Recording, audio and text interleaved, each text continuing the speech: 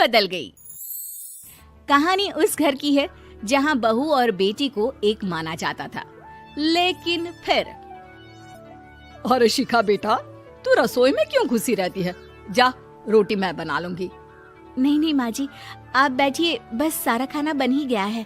श्वेता को बोल देती हूँ, वो खाना लगा देगी सबका। सॉरी भाभी, मेरे पास वक्त नहीं है। माँ, मुझे पैसे देना, पार्लर जाना है। हाँ हाँ चली जाना, भाभी को भी ले जाना। वो भी जाने को बोल रही थी पार्लर, पर पहले ना मदद कर दे उसके खाना लगाने में। देख माँ, वो बहू है, उसे बहू रहने देना, इतना सर पर मत चढ़ा भाभी को। श्वेता, ज्यादा मत बोला कर। बहू और बेटी में कोई फर्क नहीं होता है। जा जाकर काम कर। ननद को माँ का भाभी से इस तरह प्यार करना बिल्कुल अच्छा नहीं लगता। वो बार बार किसी न किसी तरह माँ को भाभी के खिलाफ भड़काती रहती, लेकिन कोई फायदा ना होता। एक रोज, अरे बेटे किशन, जा बहू को कहीं घुमा कर ला, सारा दिन घर में काम करती रहती है। हाँ हाँ माँ, हम लोग जा रहे हैं ना गोवा। अच्छा जी, भाभी ने तो हमें बताया भी नहीं। वैसे तो सारी पंचायत करती है, ये गोवा वाली बात क्यों छुपा गई हमसे? अरे क्योंकि उसे खुद नहीं पता था बहन। मुझे टिकट सस्ती मिल रही थी तो मैंने बुक कर दिया। हाँ शिखा, पैकिंग कर ले, संडे हम जा रहे हैं गोवा। दोपहर में शिखा पैकिंग कर रही थी कि सास आ जाती है। ये क्या बहू, साड़ियाँ? अरे गोवा जा रही है घूमने या फिर शादी में मायके हैं? माँ जी, ऐसा कुछ है ही नहीं, समझ में नहीं आ रहा क्या रखूं कपड़े में। अरे तेरी और श्वेता की साइज तो एक ही है, उसके कुछ मॉडर्न कपड़े ले ले, आकर लौटा देना। हाँ माँ जी, ये ठीक रहेगा। शिखा श्वेता के पास जाती है और उससे कपड़े मांगती है। ना जी ना, मैं अपने कपड़े ना दूं, वैसे भी फैल जाएंगे मेरे कपड़े, बहुत महंगे वाले हैं। शिखा मुंह लटकाकर कमरे में आ जाती है तो सास कहती है, चल तैयार हो जा, तुझे मैं शॉपिंग करा कर लाती हूँ गोवा की। बस फिर क्या था, सास बहू निकल जाते हैं मार्केट और एक से बढ़कर एक ड्रेस खरीद कर घर आते हैं। पहले बता देती कि नए कपड़े दिलाने वाली है भाभी को, तो मैं अपने ही दे देती ना भाभी को, मुझे दिला देती नए कपड़े। देख श्वेता, परिवार का मतलब सबके साथ रहना होता है, ना कि सिर्फ अपना सोचना। वैसे भी तुझे अच्छे संस्कार सीखने चाहिए। और रही बात कपड़ों की, तो शिखा, आज से घर पर भी तू मॉडर्न कपड़े ही पहनेगी। कोई जरूरत नहीं है ये साड़ी वाड़ी लपेटने की। अब क्या था, घर पर श्वेता और शिखा एक जैसे रहते। एक बार पड़ोसन आती है। अरे बेटा, अपनी माँ को तो बुलाना जरा, बात करनी है। शिखा सास को बताती है और रसोई में चली जाती है। ये आपकी बेटी बहुत बड़ी हो गई है, इसके लिए एक रिश्ता है, कहो तो बता दूं। ये बेटी नहीं बहू है, घर में सब एक जैसा ही रहता है। वैसे मेरी बेटी भी बड़ी हो गई है, कोई रिश्ता हो तो जरूर बताना। पड़ोसन रिश्ता लेकर उन लोगों के घर आती है।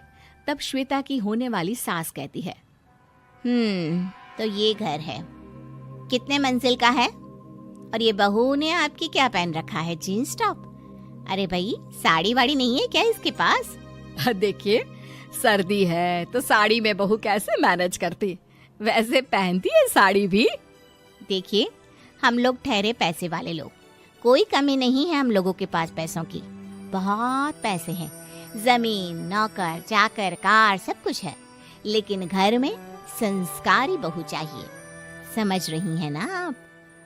सास कुछ कहती कि श्वेता बोल पड़ती है, हाय रे, नौकर चाकर से लेकर जमीन, कार, पैसा, हाँ, मुझे रिश्ता मंजूर है मुझे। अरे रुक जा श्वेता, मैं बात कर रही हूँ ना। देखिए, हम लोगों के घर इतनी आजादी नहीं मिलेगी। अरे हाँ कर देना माँ, हाँ कर दे जल्दी से। सास क्या करती, बेटी की शादी ऐसे घर में कर देती है जहाँ ना उनके विचार मिलते हैं और ना ही आचार। शादी के बाद एक रोज फोन पर, श्वेता बेटा, एक बार घर आ जा, बहुत दिल करता है तुझे देखने का। माँ, वो घर पर बहुत काम होता है, कैसे आऊँ?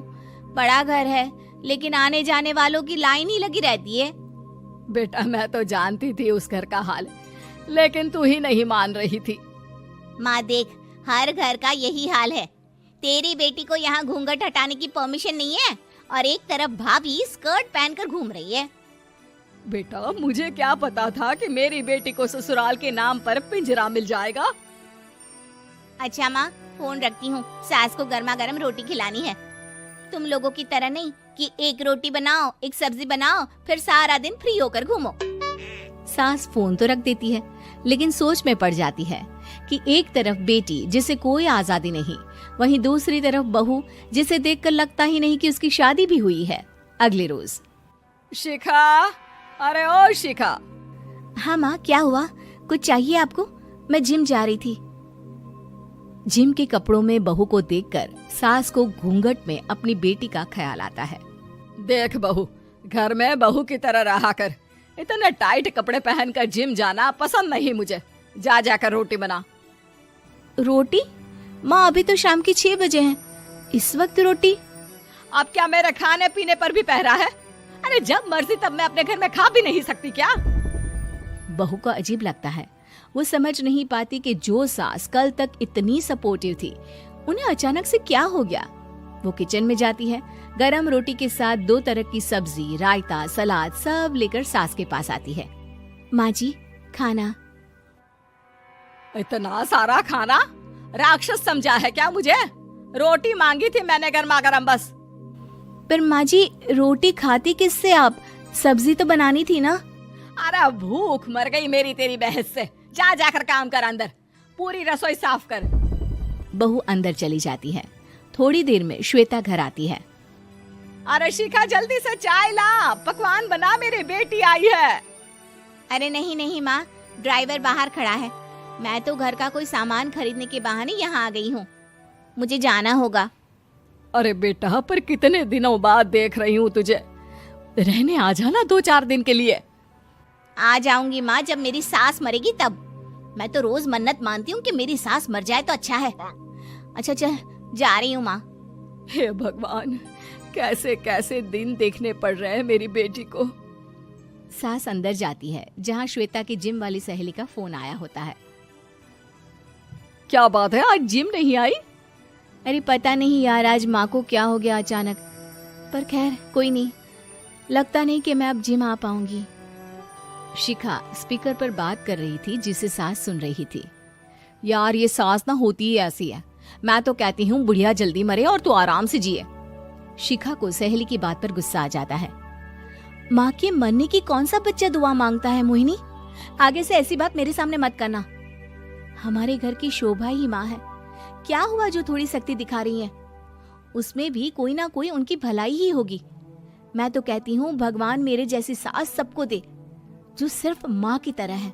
सास वाली तो कोई बात ही नहीं है उनमें। सास ये बात सुन रही थी। उनकी आंख में आंसू आ जाते हैं कि क्यों वो बेटी की किस्मत में बहू को भी भागीदार बना रही थी। शिखा, अरे ओ शिखा, क्या हो गया? जिम नहीं जाना क्या?